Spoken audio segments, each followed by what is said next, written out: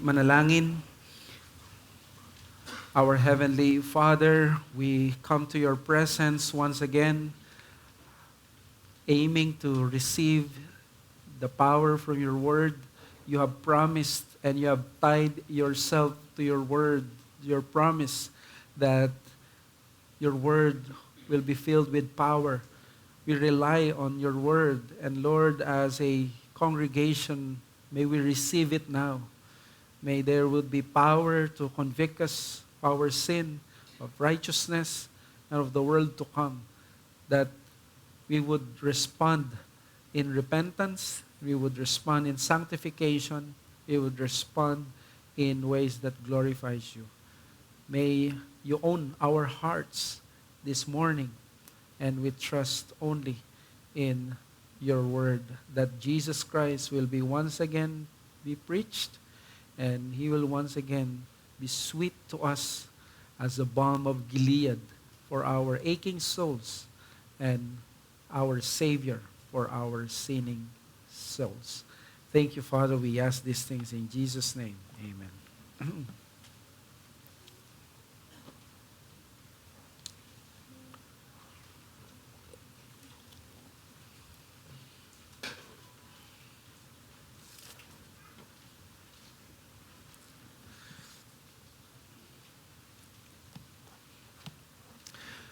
Ngayong araw, ang 11th anniversary ng tragic Mamasapano Massacre, mas kilala sa natin bilang SAF 44, January 25, 2015, ay merong firefight na nagtranspire between the elite forces of the PNP against the Bangsamoro Islamic Liberation Front. Yung Moro, kasama nila Moro Islamic Liberation Front o MILF, and other private armed groups. Ang misyon nila ng SAF 44 ay tugisin ng teroristang si Marwan na ayon sa intel nila ay nagtatago sa lugar na yon. Pero imbes na successful mission na mangyari, ito ay naging malaking police failure when our beloved SAF, now our heroes today, ay pinagbabaril na sa maisan at hindi ko malilimutan yung ginamit na word na sitting ducks or target practice ng mga rebelding puwersa. Umani ng napakaraming criticism ang government noon dahil sa cover-ups at walang maayos na proper chain of command. And very obviously, naging malaking blight ito sa administrasyong Aquino hanggang ngayon. Isa ito sa sumira sa pangalan ng ating presidente noon na naging okasyon para atakin siya ng publiko. Yung mga ganitong pangyayari sa isang gobyerno ay nangyayari at madalas ay nagkakaroon ng matinding sugat na hindi na sila nakaka-recover. And these kinds of tragedy often leave these governments defeated, discouraged, and even unable to recover. Kung nangyayari ito sa government, nangyayari din ito sa ating mga mananampalataya. Totoo din ito sa spiritual na buhay. There are times that when the saints of God will be not at their best, and they usually speak or behave somewhat differently compared sa panahon na sila ay nasa maayos na buhay. The book of Job was written to us para sa isang bagay na isang katotohanan na iyon. Ang aklat na ito ay sinulat para makita natin na may isang aspeto sa buhay natin wherein we experience some of the greatest pains ng buhay natin, and then we find ourselves na we are speaking, behaving, or even thinking differently compared sa nung panahon na tayo ay nasa maayos na kalagayan. I want to give to you this isolated lesson or message when men are not at their best. Obviously, Job is not at his best here because this will be the first time he speaks after yung kanyang nangyari na biglang minsanang nawala ang kanyang pag-aari, ang kanyang mga anak, and he found himself in the pit of loneliness and anguish. Basahin ko sa inyo ang Job chapter 3 verse 1. Basahin natin hanggang chapter 4, ngunit hanggang verse 11 lamang. Here, the inspired, inerrant, infallible Word of God. After this, Job opened his mouth and cursed the day of his birth. And Job said, "Let the day perish on which I was born, and the night that said, a man is conceived. Let that day be darkness. May God above not seek it, nor light shine upon it. Let gloom and deep darkness claim it. Let clouds dwell upon it. Let the blackness of the day terrify it. That night, let thick darkness seize it. Let it not rejoice among the days of the year. Let it not come into the number of the months. Behold, let that night be barren.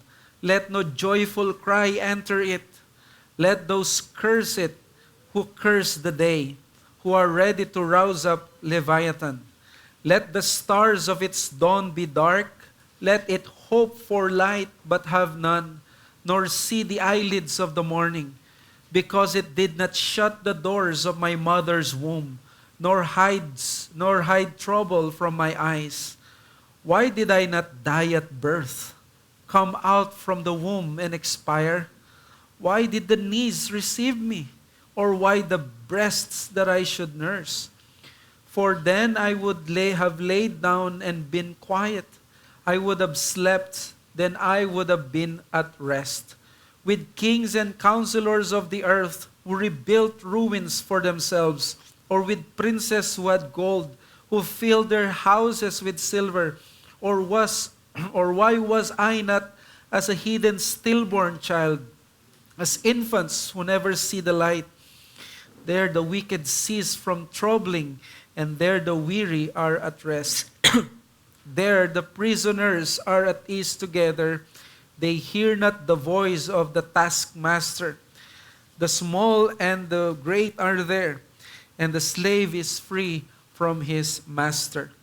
Why is light given to him who is in misery, and life to the bitter in soul, who long for death, but it comes not, and dig for it more than for hidden treasures, who rejoice exceedingly, and are glad when they find the grave? Why is light given to a man whose way is hidden, whom God has hedged in? For my sighing comes instead of my bread, and my groaning are poured out like water.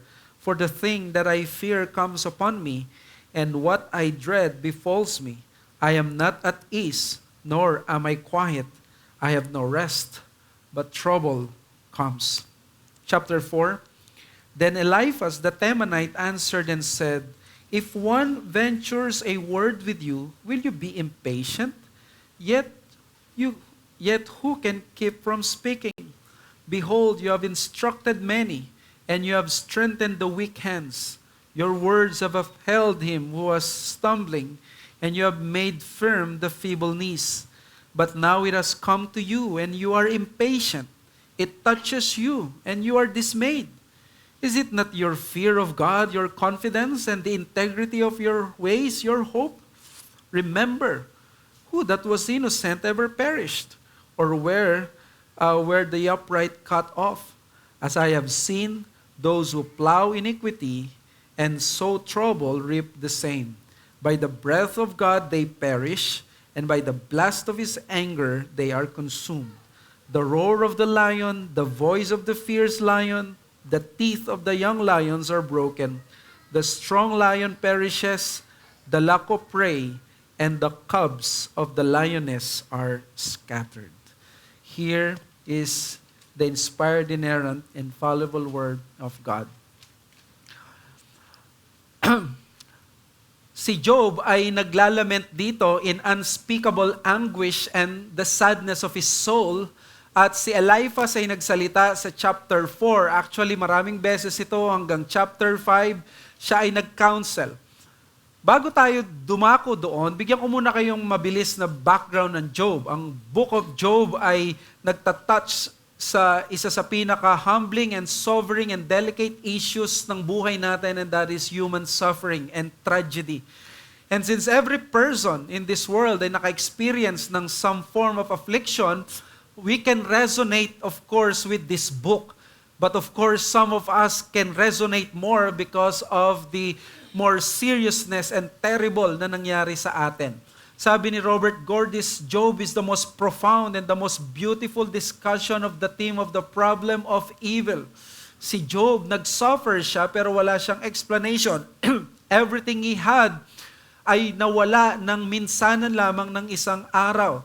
Hindi niya alam ang conversation ng Diyos at ni Satan sa chapter 1. Dumating pa yung kanyang asawa, ine-entice siya to curse God and die, to which Job replied, "You speak as one of the foolish women would speak. Shall we receive good from God and shall we not receive evil?" In other words, si Job ay isang lalaki ng pananampalataya. Nawalan siya ng 10 anak, lahat ng kanyang possessions, his health with no apparent reason, yet Job ay biglang nag-suffer. Pero hindi tayo binibigyan ng why, ng suffering dito. It is more about paano tayo magre-respond pagdating sa suffering. And then dumating yung 3 niyang kaibigan, kung narinig nila kung ano yung nangyari sa kanya. And they were there to comfort him, sabi ng chapter 2 verse 11.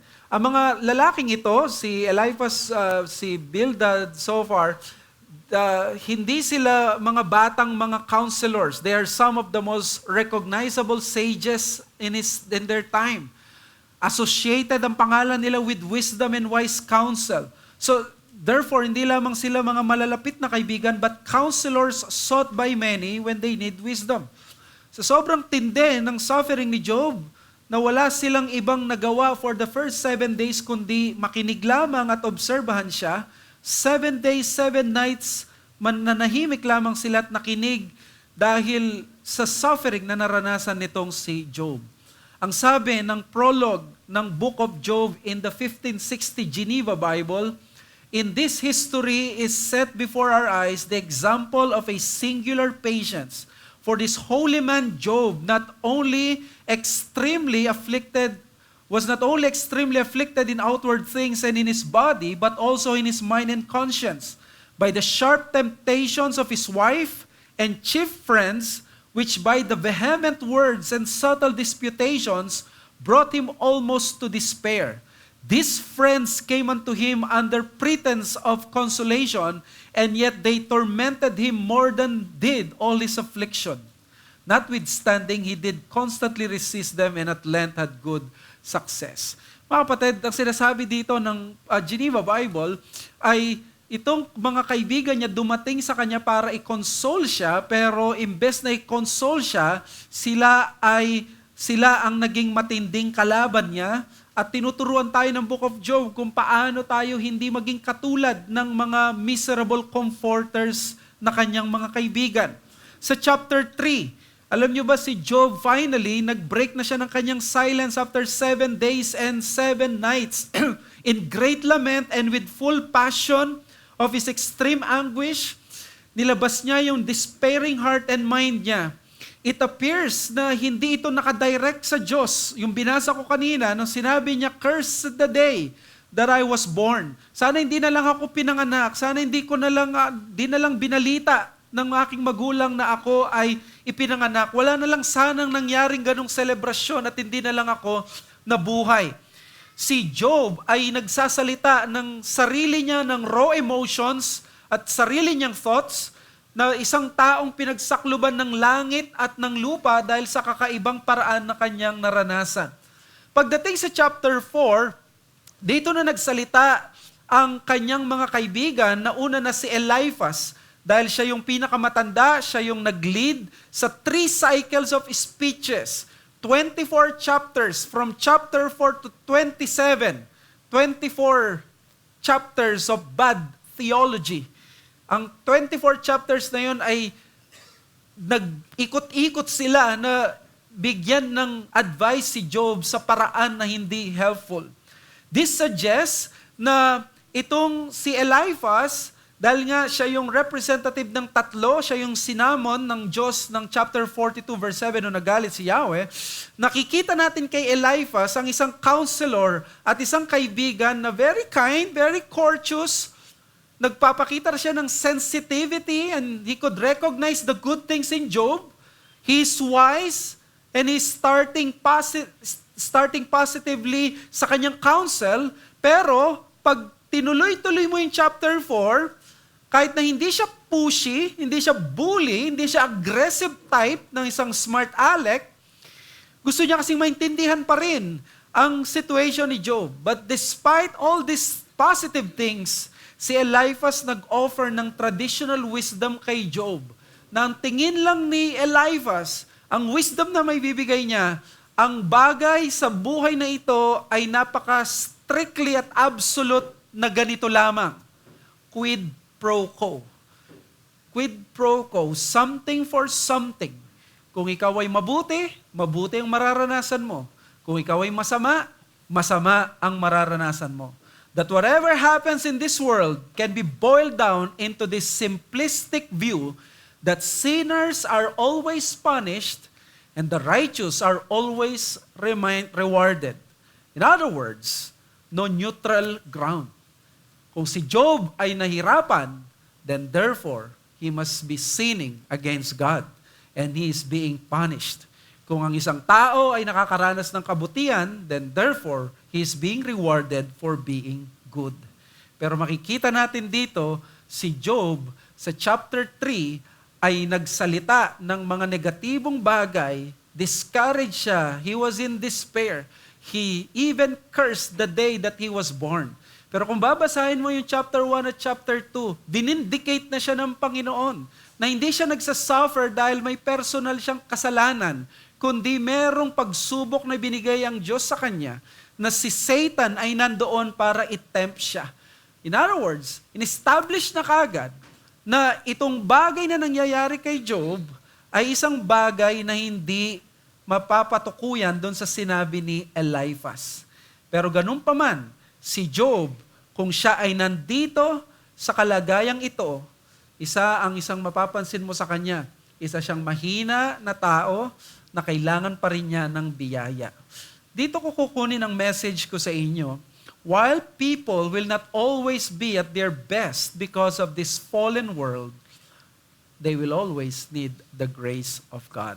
While people will not always be at their best because of this fallen world, they will always need the grace of God. Walang personal na kasalanan bakit siya pinapunish at hindi ito punishment kay Job. Pero makikita natin, Job spoke sa chapter 3 as if he had the greatest affliction sa buhay na mararanasan ng isang tao sa mundong ito. He was not obviously at his best. Pinapakita ng theology ng Job yung complexity ng buhay na ito na hindi mo pwedeng ikahon sa dahil ikaw ay mabait, mabubuti ang mararanasan mo. Dahil ikaw ay masama, puro kasamaan ang mararanasan mo. Now, when I say when men are not at their best, gusto ko lang i-clarify sa inyo that we are not excusing our own sins or escaping accountability. Ang fallenness ng mundong ito at yung remaining fallenness natin cannot be used to excuse us from culpability. Yet, when they say or when we say men are not at their best, actually ang tinutukoy natin dito yung situation ni Job who was clearly not suffering because he had personal sins or is being chastised by God. We are referring to the reality na dito sa fallen world na ito where men and women experience so great an affliction and have found themselves in different circumstances under intense pressure or agony, these men may utter words that are shocking because they would not say itong mga bagay na ito when they are at their best. Probably nakakapagpakita sila ng iba't ibang behaviors na masasurprise tayo because hindi natin normaling nakikita ito sa kanila. There are moments of serenity and peace, napakabuti at napakaganda ng naririnig natin. But we know that there are moments like this in the Christian life. Nung last sermon ko ng Sunday morning is actually Psalm 130. The psalmist was in the depths and there is only darkness na kayang i-paint nung psalmist na yon. It was bleak, it was grayish, it was gloomy, and it was depressing. So dito sa Psalm 130, pinakita ko sa inyo yung struggle ng isang taong nasa abyss, nasa kailaliman dahil sa kanyang kasalanan at dahil sa punishment or na nararanasan niya. Dito sa sermon ko sa Job, ipapakita ko naman ano magiging reaction dapat natin kapag nakakita tayo ng tao na nandoon sa kailaliman, in the abyss, in that darkness, katulad ni Job. Are we going to be like the friends of Job, katulad ni Eliphaz na titingnan natin? Because during those moments, we tend to say a lot of ugly things and we regret a lot of innumerable things. Because during those moments, ang believing community at yung mga Christian friends natin, makikita nila ang isang despairing na tao at isang kapatid sa Panginoon. Ano magiging hope natin mula sa ating mga kapatiran? Ano magiging hope sa atin bilang iglesia kapag mayroon tayong kaibigan na ganito, who is not at his best? May gusto akong i-present sa inyo from the 11 verses of chapter 4, what kind of grace ang kailangan ng taong katulad ni Job or ang sino man sa atin who may be experiencing this lowest of the low and he is not at his best? Well, for the first 6 verses, the first one is we need the grace to understand others. And number 2, we need to understand the grace for others. We need the grace to understand others, and we need to understand the grace for others. Dito sa verses 1 to 6 ng chapter 4, makikita natin si Eliphaz, he started well in comforting Job. Yet, he proceeded with his stern judgment on Job's inconsistency. Ano ba yung sinabi niya doon? Basahin ko lang 1 to 6. Then Eliphaz the Temanite answered and said, if one ventures a word with you, will you be impatient? You who can keep from speaking? Behold, you have instructed many and you have strengthened the weak hands. Your words have upheld him who was stumbling and you have made firm the feeble knees. But now it has come to you and you are impatient. It touches you and you are dismayed. Is it not your fear of God, your confidence, and the integrity of your ways, your hope? Well, dito gusto ko ipakita sa inyo what Job needs is for other people the grace to understand him. Bakit? Dito si Eliphaz, he was trying to encourage Job actually, pero nag-end siya in failing Job because of his spiritual self-conception ng kanyang superiority. Tingnan nyo sa verse 2, sabi niya, if one ventures a word with you, will you be impatient? Yet, who can keep from speaking? Nagsalita si Eliphaz to take the opportunity nung natapos na si Job sa kanyang pagsasalita. Na-disturb siya deeply sa mga words nitong si Job. What he heard from Job shocked itong si Eliphaz. Kung bibigyan natin ng translation ito sa street language, ganitong pwede nating maunawaan. Pwede sabihin ni Eliphaz, excuse me, Job? Pwede ba ako makakuha ng word sa iyo? May I have a word with you? Or would you mind if I will say some things? Hindi ka naman magiging impatient, no? At hindi mo na ikakasama ng loob itong sasabihin kong mga ito. At ano yung sinabi niya sa verse 3? Behold, you have instructed many, and you have strengthened the weak hands. Si Eliphaz, he started in a positive and apologetic way. Kinukumen niya si Job in the past. Sinabi niya, Job, naalala mo ba, ikaw ang isa sa mga nag-i-instruct dati, sa mga nagsasuffer? You have strengthened the weak hands, Job. Ano na nangyari ngayon? Sabi sa verse 4, your words have upheld him who was stumbling and you have made him firm the feeble knees. Yung feeble knees dito ay, it speaks of fear, depression, and great dejection. In other words, Job has helped a lot of people who were in great and serious trouble in their lives. Yung mga taong depressed, yung mga tao na sobrang discouraged, si Job ang pinuntahan. Sinasabi dito ni Eliphaz, Job, you were so good in your counsel sa kanila, in instructing other people. But hear what Eliphaz said in verse 5. But now it has come to you, and you are impatient. It touches you, and you are dismayed. Andito yung Old Testament na but now it has come to you. Si Eliphaz suddenly, bigla niyang binira si Job ngayon. After niyang puri-purihin, Job, pwede ba kitang makausap? Pwede ba ako sabihin to sa'yo na hindi ka magagalit? Ikaw ay magaling magsalita sa mga iba. Pero look at that. Yung sinasabi mo sa kanila sa verse 4, dumating ngayon sa'yo. Job, naalala mo ba napakagaling mo mag-comfort sa iba? Ngayon dumating sa'yo. O ngayon, bakit ka nahihirapan sa pag-comfort sa sarili mo? Here you are. You are so impatient, Job. When it touches you, sabi niya sa verse 5, you are suddenly irritated. Nung sa iba, ang galing mo mag-advise. Nung dumating na sa'yo ngayon, ang galing mong mairita. Ang galing mo na masaktan. Nung ikaw na ang nandyan, bakit biglang ayaw mo nang pakinggan ng mga salitang pinayo mo at pinangaral mo sa iba? Napakagaling mo noon, nung sila ang nasa ganyang kalagayan. Then sabi niya sa verse 6, is not your fear of God, your confidence, and the integrity of your ways, your hope?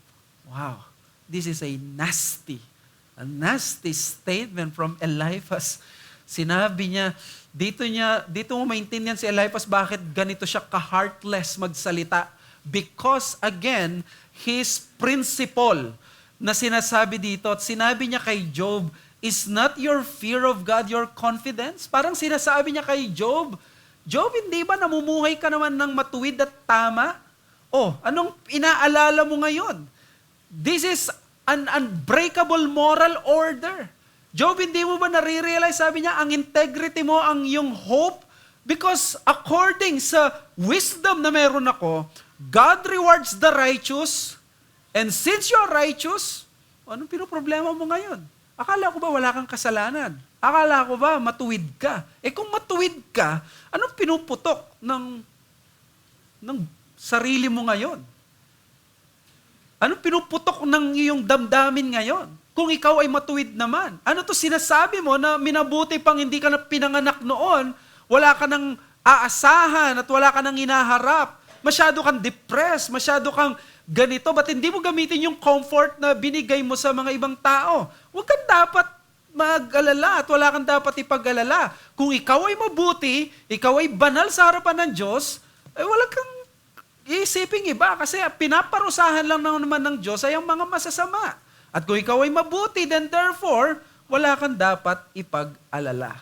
Now, what is the problem here? Aside kay Eliphaz sa kanyang pananaw na strictly at ang Diyos ay napaka-stricto lang ng kanyang application ng sowing and reaping na ang mabuti ay pagpapalain ng masasama ay parurusahan, ang isang gusto kong pansinin dito sa verse 6 dito at ang criticism ng lahat ng commentator is the heartlessness and the harshness of Eliphaz. Si Eliphaz, napakalaking blessing niya nung 7 days and 7 nights nandun siya kay Job. But the moment he opened his mouth, doon na siya naging disaster. At hindi niya na-realize ang kausap niya, although magaling sa theology, is also someone na nagsasuffer and he was not at his best. Ang sinasabi ng maraming theologians, ang dapat ginawa ni Eliphaz, imbes na pangaralan si Job, ay inapplyan niya ng grace of understanding. Na dapat nagkaroon siya ng biyaya na maunawaan siya sa kanyang pinagdadaanan. And that is the point I'd like to make. People who are not at their best will most likely speak worse. But a man of wisdom will seek to minister through the grace of understanding. Merong wisdom itong si Eliphaz, hindi niya in-apply ng tama. Hindi niya na-realize na sa chapter 3, this Job was not at his best. And he has spoken worse, probably bad, and probably he has sinned sa kanyang pagrereklamo sa Diyos. But a man who listens to Job, is kung iyan ay man of wisdom, he will seek to minister through the grace of understanding. The German Johann Wolfgang von Goethe, sabi niya, we can only understand those we love. If you do not understand a person, considering what he is going through, then according dito kay Goethe, ay hindi mo mahal ang taong yon. This does not mean you agree kung anong sasabihin niya. In fact, many of the things na sasabihin ng taong mahal mo, kung siya ay naghihirap siya, ay marahil maraming mali. But if you love him, you will not deprive him of the grace of understanding. He may be wrong, but at least our first response to him is a listening ear, not an artillery of correction that seeks to shut down yung kanyang erring views. There is a time to speak and a time to refrain from speaking. In this life, mga kapatid, words are very essential sa ating human existence at para sa mga relationships natin na mag-survive at mag-flourish, kailangan nating magsalita. We need to speak and we need to speak the right words. But there are times when words lose their great utility.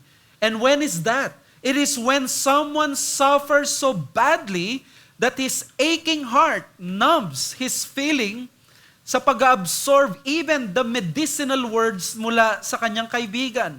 To a despairing friend in extreme loneliness, ang ating silent na bibig at puso na nagyayarn na makinig, they are more soothing and helpful than a learned lecturer.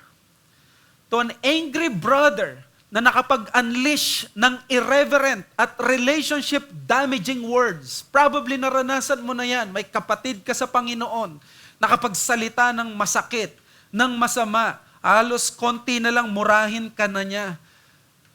These times, ano ang magiging magandang response natin? Proverbs 15:1 is gold. Sabi niya, a soft answer turneth away wrath. Remember, hindi natin sinasabing tama itong kausap natin.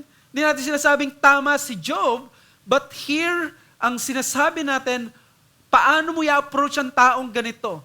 A man of wisdom is a man who will apply the grace of understanding. Remember, the friends of Job were doing excellently fine nung sila ay tahimik. But the moment na binuka nila ang kanilang bibig, disaster erupted. In fact, binasukan nila si Job sa 9 long Bible chapters, halos 3 rounds ito, 3 cycles, sumasagot si Job, tapos siya na naman, isa, magkokombo sila, intense at passionate argumentation na nangyari. They were there to comfort Job, pero nangyari ay naging isang debate. All the while, the man that they were debating just lost everything. Over the course of their long series of conversations, itong tatlong kaibigan na to, alam niyo ba, dumating pa sa point na fed up sila kay Job. Nagsawa sila at almost nag-give up sila kay Job. Na gusto na lang nila, Job, at di ka na lang mag-shut up and listen to us sa aming mga angelic wisdom. Sipin mo to. Sila pa yung may gana magsalita. Saan mo makikita yun? Sa chapter 18, verses 2-3, how long will you hunt for words? Sabi nila, consider, then we will speak. Why are we counted as cattle? Why are we stupid in your sight? Translation, Job, ba't di ka nalang manahimik? Bakit parang ang sama-sama namin, kami na nga ang nandito na tumutulong sa'yo? Si Job, alam niya yung ginagawa ng mga kaibigan niyang ito, at alam niya kung ano yung mas importante sa kanila. Hindi yung makapag-minister sila sa kanya in the grace of the Lord, kundi ma-unload nila yung napag-aralan nila marahil sa Bible School. Na-unload nila yung kanilang karunungan na nakuha nila sa kanilang pag-aaral. At dapat daw si Job maging grateful na lang dahil nakikinabang siya ngayon sa mga angelic wisdom ng mga taong ito. Alam mo, na-response ni Job. May humor din si Job. Sabi niya sa chapter 16, verses 1 and 2. Then Job answered and said, I have heard many such things. Miserable comforters are you all. Sipin mo yung nagko-comfort, ay kino-comfort, sasabihin niya to, napaka-miserable niyong encourager. Sa chapter 12, verses 1 to 2, one of my favorite words kay Job sa kanyang mga kaibigan, sabi niya, then Job answered and said, no doubt, you are the people, and wisdom will die with you. Para sinasabi ni Job, no doubt, kayo na. Kapag namatay kayo, mamamatay na ang karunungan. Mawawala na ang mga marurunong na tao. Ano yung gusto kong ipakita sa inyo dito? I want to give to you some lessons. Una na lesson, without grace of understanding, our spiritual knowledge is enough to make us miserable comforters. Kung wala ang grace of understanding sa atin, enough yung karunungan natin para maging miserableng comforters tayo sa ating mga kaibigan. And this can be extended sa ating response kapag may kapatid tayo na sobrang nagalit sa atin, sobrang nagalit sa iba at narinig mo yung disappointing words niya marahil, o kaya naman may na-offend ka sa isang taong ito. O kaya may isang kaibigan na nakita mo, he lost his much needed job. O kaya na-scam siya at sobrang matindi yung naranasan niya. Minsan may nababasa ako na i-scam sa credit card at nawawalan sila ng mga hundreds of thousand. Siguro kung katulad tayo ng mga kaibigan ni Job, sasabihin natin habang nawalan na siya ng 100,000 or ng libo-libo, siguro sasabihin natin, ikaw talaga, grade 1 ka talaga. Bakit mo binibigay yung OTP at yung CVV sa caller? Halatang-halata naman na scammer yan.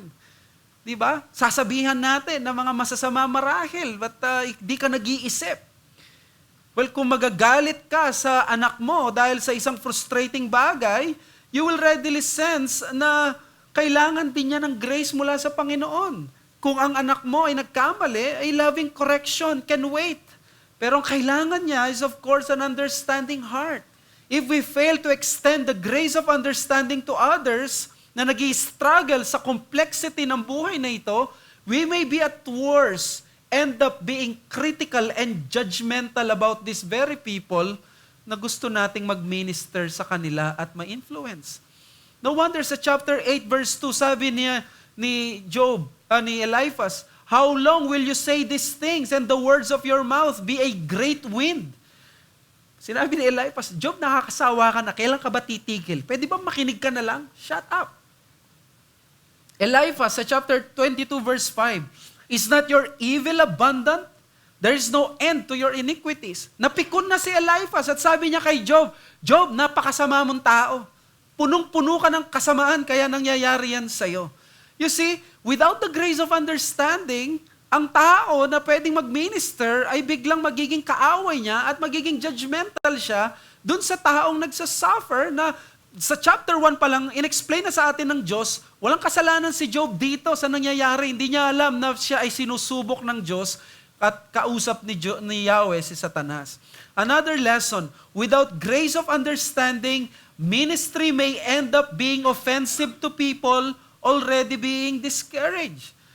Therefore, itong friends ni Job, they, especially si Eliphaz, demonstrate to us paano tayo magiging hindi mabuting kaibigan when your friend is not at his best. They failed Job again and again. 24 chapters of applying torture rather than balm for his wounds. How different ang ganitong tao na tunay na kaibigan ng ating kaluluwa sa New Covenant. Dito mo ma-appreciate yung book of Job dahil pinapakita niya that when you try to think ang isang taong nakaranas ng anguish, si Jesus Christ in the New Covenant, He came to the world as God's very wisdom and how wise and gentle siya na nakipag-usap without compromising truth and holiness. Si Christ, nakita natin siya, nagalit siya to those who sold in the temple. Nirebuke niya si Peter when Peter suggested an enticing plan na, Lord, dito na lang kayo, magsasacrifice na lang kami, mayroon para kay Moses at kay Elijah. Sinabi ni Jesus, "Get thee behind me, Satan." Nirebuke niya si Peter. But how many times Jesus, being a man of gracious understanding and discernment, instead of confronting yung Samaritan woman about her sinful, immoral lifestyle, kinausap niya yung Samaritan woman about the living water instead of condemning her at ang sinful lifestyle niya. Anong sabi niya? Well, if you know kung sinong kausap mo, hihingin mo ang living water. Nung nakita mo niya yung babae na may accusation ng adultery sa chapter 8, sabi ng Panginoong Yesus sa kanya, "Neither do I condemn you. Go and from now on, sin no more." Si Jesus may time na mabibigat ang salita niya, may time na gentle siya, but Jesus knew what to say and when to say. Yan ang ating tagapagligtas. ang ginagaya natin bilang mga anak ng Diyos at magkakapatid sa Panginoon ay hindi si Eliphaz kundi ang Panginoong Yesus. At sino makakalimot na nung si Peter ay discouraged at gusto niyang makabalik siya sa ministry, Jesus gently asked him 3 times, Peter, Simon, do you love me? Lovest thou this? 3 times ding sumagot. It was enough already for Peter to be restored to his master. That's the beauty of the Lord. That's the beauty of the gospel that we trust. Ang gospel natin din ang nagliligtas. Ang gospel natin ay gentle when there is a wounded heart and soul sa mga makasalanan. Let me challenge you, take more seriously the state of others who are not at their best rather than their despairing words. Pag ang isang tao, isang kapatid mo sa Panginoon, nasa despair siya, take seriously mo, mas yung kanyang state, hindi yung kanyang words. Mas pansinin mo yung kanyang estado, yung kanyang kalagayan, hindi yung kanyang mga reklamo sa kanyang bibig at yung kanyang mga complaints. Instead of rebuking the words of a man under intense calamity, we resist the temptation of reproving them. Because according to Job, doon sa Job chapter 6 verse 26, sabi niya, yung words ko, they are just like wind. Some words are for the wind. Sabi ni John Piper, they will be quickly blown away. According kay Piper, like Job, people na nasa grief, nasa pain, will often utter words that they would not normally say at times. Minsan daw, nagpe-paint sila ng darker strokes than they did yesterday because of what they experienced. Even though alam natin, tomorrow will be sunny day. Parang sa journey na minsan papasok ka sa loob daw ng tunnel, at doon sa loob ng tunnel, it's not actually bad, pero dark doon, and one of these days makakalaya ito sa matatapos yung dark tunnel na yon. Ganito ang pinapakita ng Book of Job. This is part of the human life. This is part of the Christian life. This is the complexity of life na dinala ng kasalanan nung nahulog sa kasalanan ng tao. Those moments na parang puro dark clouds na nagdo-dominate sa atin and we can only sing lament. That is the use of the Psalms. Ang mga Psalms hindi lang puro celebratory. Ang daming mga Psalms, they're called lament Psalms because that is the true experience of the saints. There are times in a person's life ang maririnig natin, nasa ng Diyos. Ayoko na, gusto ko nang mawala. I quit. Or I'll stop trusting and serving God. O kaya pwede nating sabihin kung ang Diyos ay talagang naiintindihan ako, bakit niya ginawa ito? Or if God is truly good, why such thing happened to me? Now if you are a pastor, if you are a friend, if you are a parent or sympathizer, ano ang isasagot mo sa mga ito? Gagamitin mo ba ang arsenal ni Eliphaz? Bibigyan mo siya ng lecture? For sure, some of us will rebuke these people sa kanilang mga konti na lang ay mga heretical na mga salita. But Job gives us an excellent kind of wisdom na hindi mo makikita ito sa mga counselors. Kay Job, sa Book of Job, there are times we don't need to reprove a person, especially when his words are for the wind. Kung hindi niya ito sinabi na parang pattern ng kanyang attitude o ng lifestyle, bigla na lamang siyang naging ganito, just in a brink of sanity. Implied dito na darating yung mga ganyung mga events or soon, tomorrow, mangyayari ito and tomorrow, mariregret na niyang sinabi yung mga bagay na yon. Ang gusto kong ipakita sa inyo dito is that there should be that grace of understanding when we are dealing with others, whether they are angry, whether they are in pain, whether they are sick, or they have experienced death of a loved one. Let us not spend our efforts and time reproving itong mga kapatid na ang kailangan nila ay pakinggan. Like Job, madalas nag-express din tayo ng mga emotions na something na parang kung maririnig lang ng ibang taong nasa isip natin, they will judge us as infidels. They would judge us na parang unbelievers. But Job teaches us how to handle itong suffering na ito. At paano natin handle ang suffering ng iba? Maganda yung isang illustration na parang autumn leaves. Yung autumn leaves daw ay di mo na kailangan ng effort natanggalin yan because hihipan lang ng hangin yan, patanggal na talaga. It would just be a wasted effort.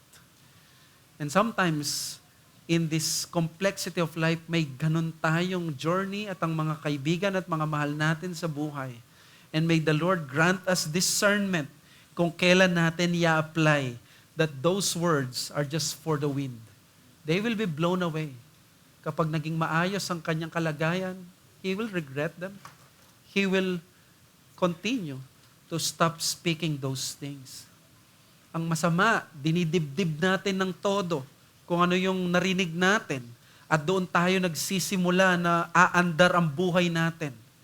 And these are the words na premeditated na kailangan natin ng resistance or ng gentle rebuke. The issue here, hindi yung hindi kailangan ng rebuke. Kailangan probably ng rebuke ng isang kapatid. Pero ang issue dito is the timing. Because not every word from grief needs rebuke. But every grief needs an ear. There are words rooted in evil, deep-seated malice. Ito kailangang i-rebuke. But not all words come from deep-seated malice. Sometimes, because of what he's going through. May mga painful words, but they are painful na passing and temporary. It is not the true person that speaks. Saan ko natutunan? Si Job ay isang halimbawa.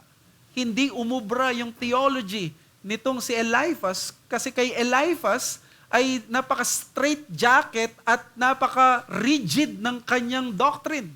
If you are good, you will experience good. If you are bad, you will always experience bad. Oh, Job says to us, possible ang ganitong complexity ng buhay. Your aim is to restore the soul of your loved one, not to put down the sore. This is the failure of Eliphaz and his friends. Now, mga kapatid, meron din akong challenge sa inyo. Refrain also from judging the whole person based on those windy moments of their lives. Hindi ito ang determinative ng kanilang actions or ng kanilang character. This may extend those instances sa ibang mga tao na probably nakapagsalita ng masasakit na salita sa iyo. O syempre, gusto kong i-clarify kung may pattern of abusive behavior, this demands confrontation and rebuke. Kailangan ng grace of correction and rebuking and reproving them kung paulit-ulit ang ganitong bagay. But in moments that our brethren and friends are not at their best, we do not only stop our mouths from rebuking and reproving them, we also stop from concluding a verdict sa kanilang whole character. Isa itong gem ng spiritual life. Naiiwasan natin na dahil narinig natin ng isang taong ganito, we will conclude na yun na yung iisipin natin. Kaya nga, isa rin na dapat na hindi mo gagawin na kapag may narinig ka sa ibang tao patungkol sa isang tao, hindi mo kailangan paniwalaan yun at hindi kailangan magbago ang treatment mo sa kaibigan mo sa ibang tao just because you heard something about him by other person. What kind of a person na may grace of understanding ang gagawa nun? And another application, forbearance, mga kapatid, ang tinuturo din ito sa church. Forbearance is a grace that must be addressed in the church. It is a forgotten virtue among Christians.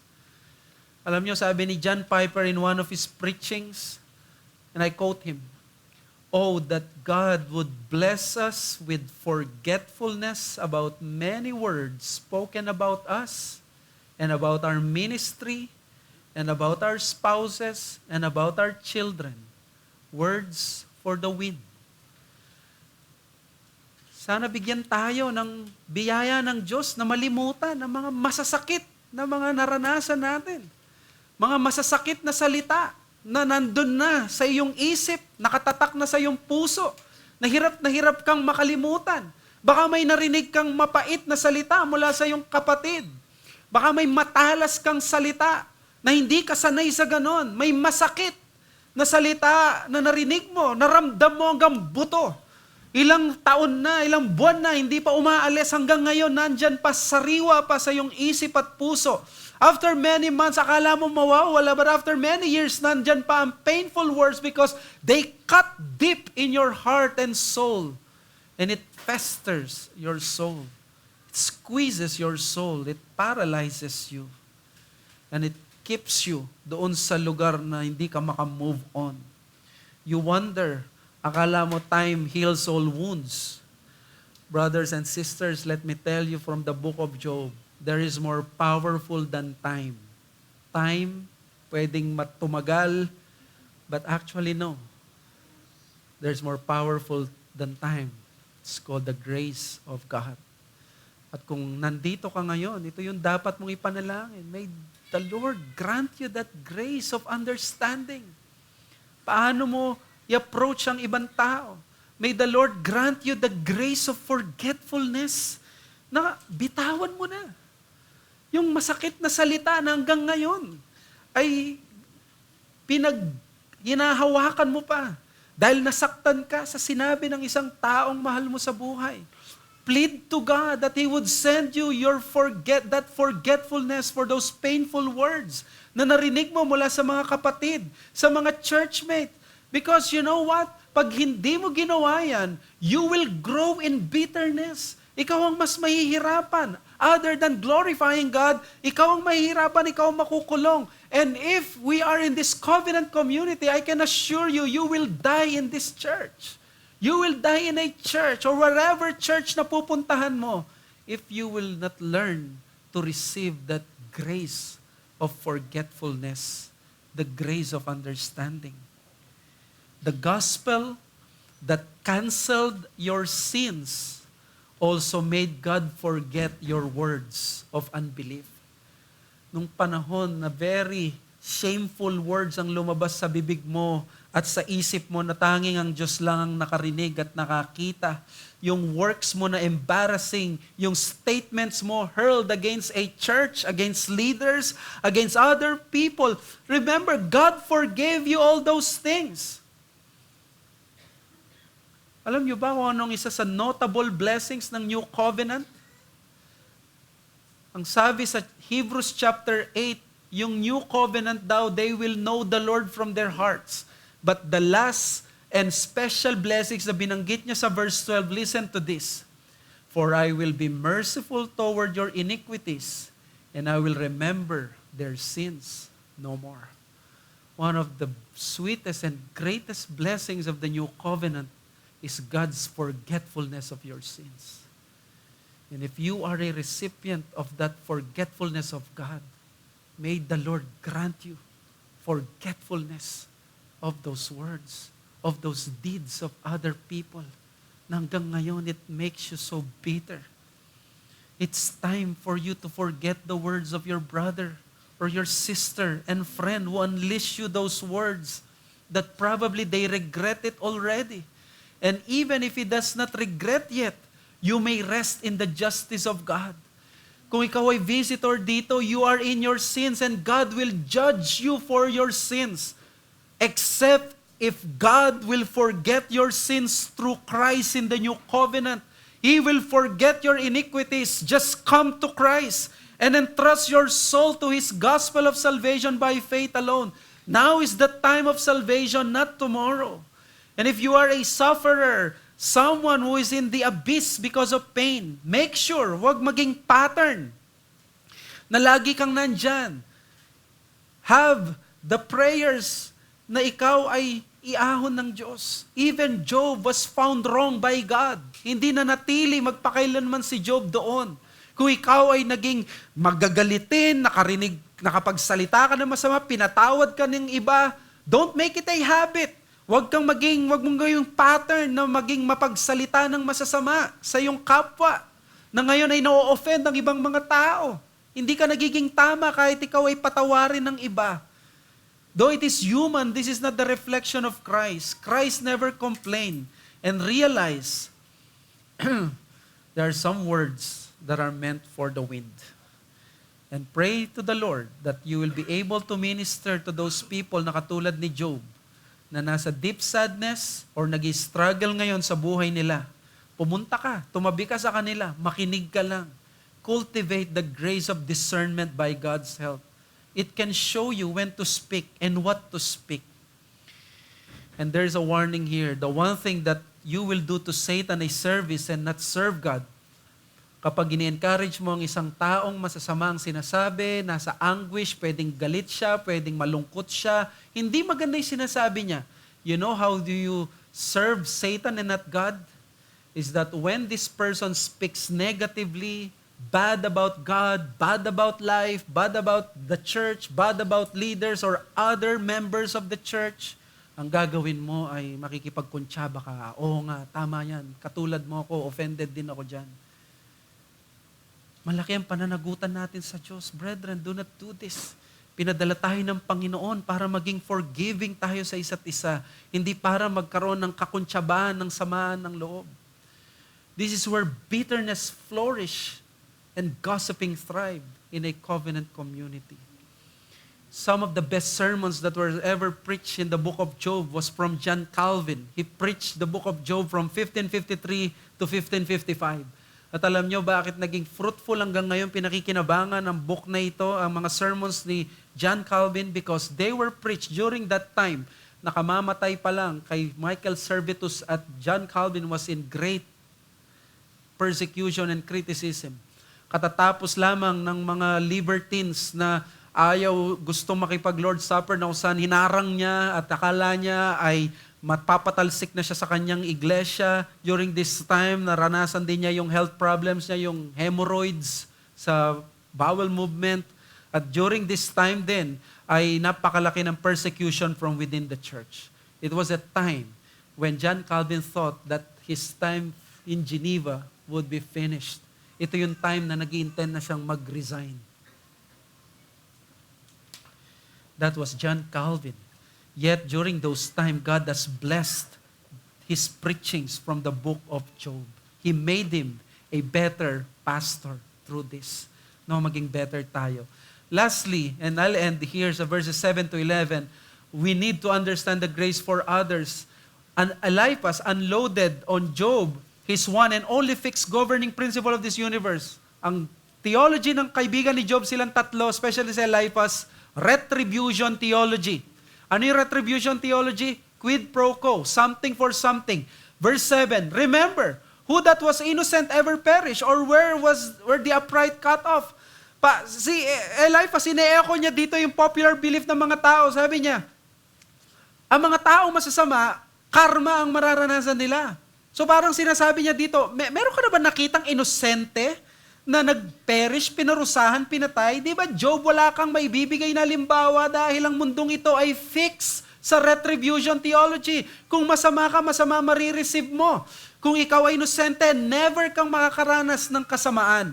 Verse 8, as I have seen, those who plow iniquity and sow trouble reap the same. Dito nang galing ang Galatians 6:7 na sowing and reaping. The old man used a popular agricultural analogy to explain yung retribution theology niya. Sinabi niya, napansin ko na ang mga nagtatanim ng masama, ani ng kasamaan, at hindi ba ito yung sinabi ng Galatians 6:7 mismo ni Paul?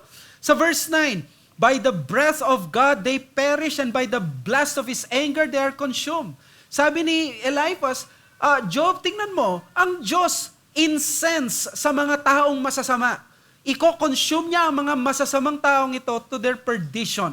The image of God ay parang yung nostrils na flaring at galit na galit. Sa verse 10, the roaring of the lion, the voice of the fierce lion, the teeth of the young lions are broken. Parang sinasabi niya dito na 5 beses niyang ginamit yung words for lion sa verses 10 to 11. Sabi niya, Job, sisiguraduhin ng Diyos kahit yung mga masasama na yun, parang mga leon, He will destroy them. The teeth of the young lions are broken, and the strong lions perishes for lack of prey, and He will scatter them. Wickedness will be judged by God, sabi ni Eliphaz.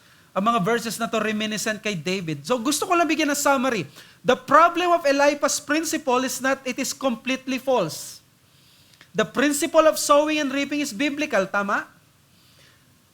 Eh, nasa ang problema ng retribution principle? Ang problema ay nasa view ni Eliphaz ng absoluteness ng retribution principle. In-apply niya ito rigidly to him and to other people na wala nang ibang view at ibang explanation sa mundong ito, sa universe na to, except yung absolute operation ng retribution principle. And this is wrong because at the start of the book, in-establish na ng book na si Job ay nagsasuffer not because of his personal sin.